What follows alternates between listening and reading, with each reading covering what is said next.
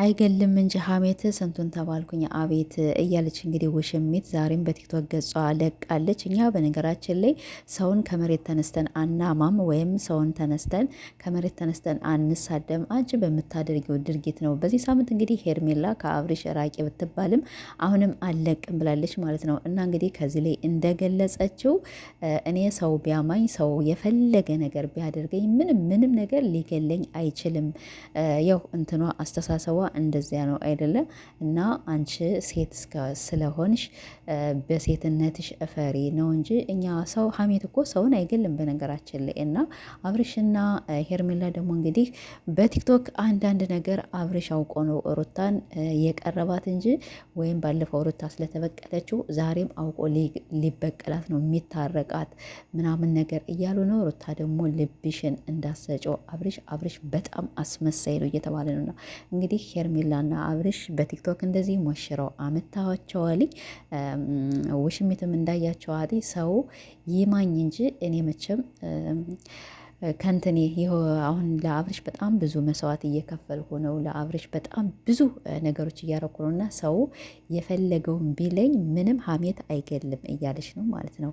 ሰላም ውድና የተከበራችሁ ቤተሰብ እንዴት ናችሁ? እኔ ደህና ነኝ አልሐምዱሊላ። ዛሬም በውሽሚት መጥቻለሁ። በውሽሚት እንግዲህ በቲክቶክ ገጿ ከዚህ ላይ እንዳስቀመጥሁላችሁ አይገልም እንጂ ሀሜት የሚል ነገር ይዛ መታለች።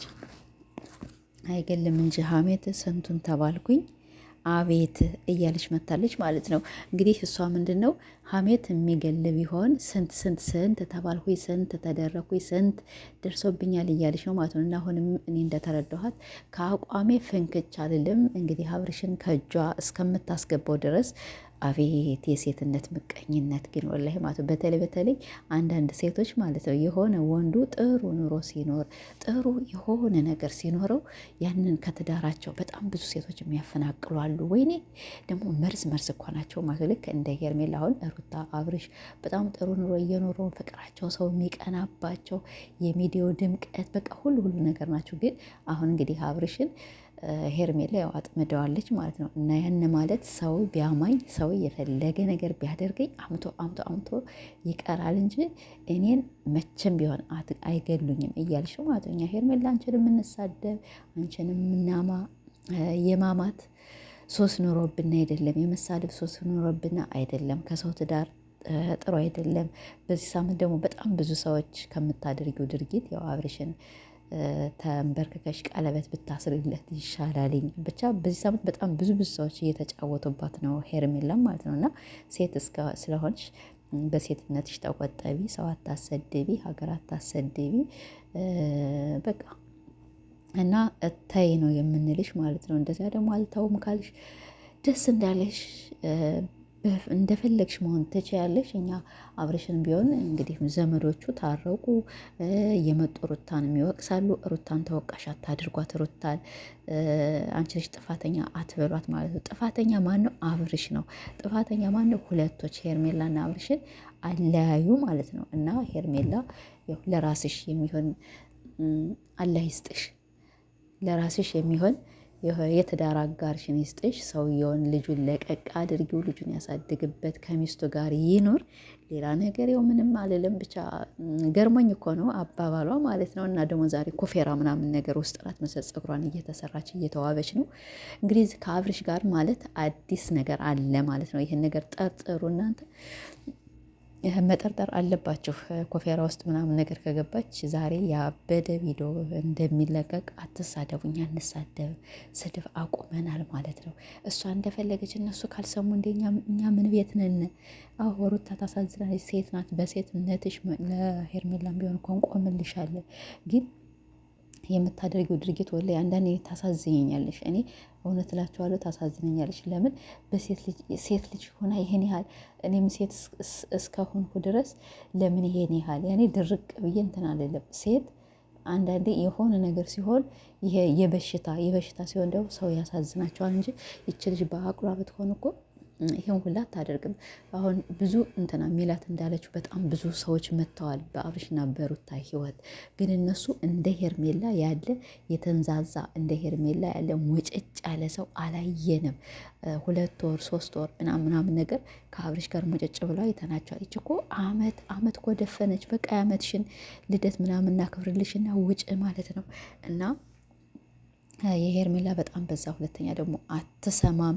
ሰው ይሄን ይለኛል፣ ሰው እንዲህ ይለኛል ምናምን ነገር አትልም። ምን አይነት ተፈጥሮ ነ ወይኔ ወይኔ ወይኔ ወይኔ። እኔ እንጃ የሰው የሀገሮችሽ ልጆች ሲያገኙሽ ምን እንደሚሰማሽ አላውቅም። ደግሞ እንግዲህ እኛ አናውቅም። ቴክኖሎጂ ይሁን ምን ይሁን እነሱን አውቁም እያሳሳመ ይሁን እንዴት ይሁን አላውቅም። ግን ሄርሜላ አሁንም ወደ ራስሽ ተመለሽ። ህዝቡን አታንጫጭ። አንቺም አትሰደቢ፣ ቤተሰብ አታሰድቢ፣ ሀገር አታሰድቢ ነው የምንልሽ። እንግዲህ ይሄ አገላለጽ የገባው ሰው ኮሜንት ላይ አስቀምጡልኝ። አልገባኝም። ያው እኔ ገብቶኛል፣ በትንሹም ቢሆን ትንሽዬ ገብቶኛል ግን ብዙም አልገባኝም ማለት ነው። እና አብርሽ ደግሞ የለም እንግዲህ እሷ ኩፌሯን እየተሰራች ዛሬ እውነት አብርሽን ቀለበት ዝቅ ብላ በቀደም እዩ በጣም ነበር ያሳቀ ማለት ነው። ከዚህ ከምታደርጊው ሁላ ድርጊት እኮ ምንም ነገር አይለይም እና ተንበርክከሽ ቀለበት ሰሪልኝ በዩ ሲላል በእኔ በሴትነቴ እኔ እኮ በሴትነቴ አፍራለሁኝ አላልሽም? እንዴት ታይ ሄርሜላ ማለት ነው። አይ እና ብቻ በዚህ ሳምንት እየፈረዱብሽ ነው። እና በጣም ያሳቀኝ የእዩ ቪዲዮ ነበረ። ተንበርክከሽ ቀለበት ሰሪለት። በጣም ብዙ ነገሮች አድርጋቸዋል። በጣም ብዙ ነገሮች ሰርታቸዋል እየተባለ ስለሆነ እንደዚያ እንግዲህ ጠረጠርኩኝ ብቻ ሊሞሸሩ እንደሆነ ብቻ። ሩታ አብርሽን አሁን ተሎ ብለሽ እርቅ አትቀበይ። ለምን ብትሉ አብርሽን አንዳንዴ በጣም ፈራለሁ ማለት ነው። አብርሽ በጣም አስመሳይ ነው።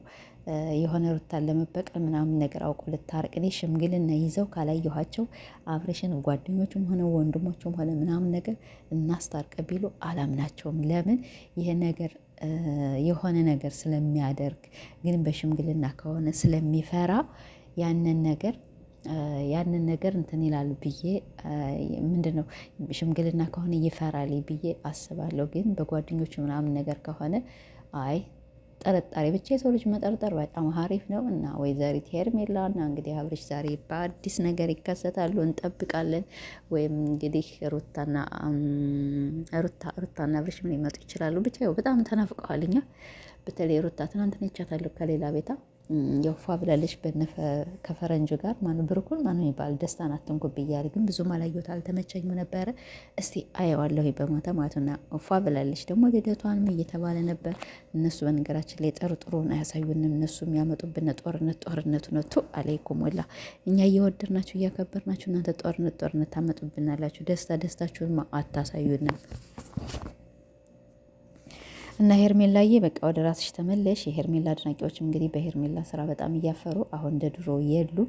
ራሳቸውን እንጃ ስተው ወድቀዋል መሰል። አዎ ማፈር አለባቸው። ባልና ሚስት አስታርቁ። ሲሆንም ሄርሜላ አብርሽና ሩታን አስታርቂና አንቺ ከነሱ ህይወት ገለል ብትይ በጣም አሪፍ ነው። ወዳችኋለሁ። በሌላ ቪዲዮ እስከምንገናኝ ባይ ባይ።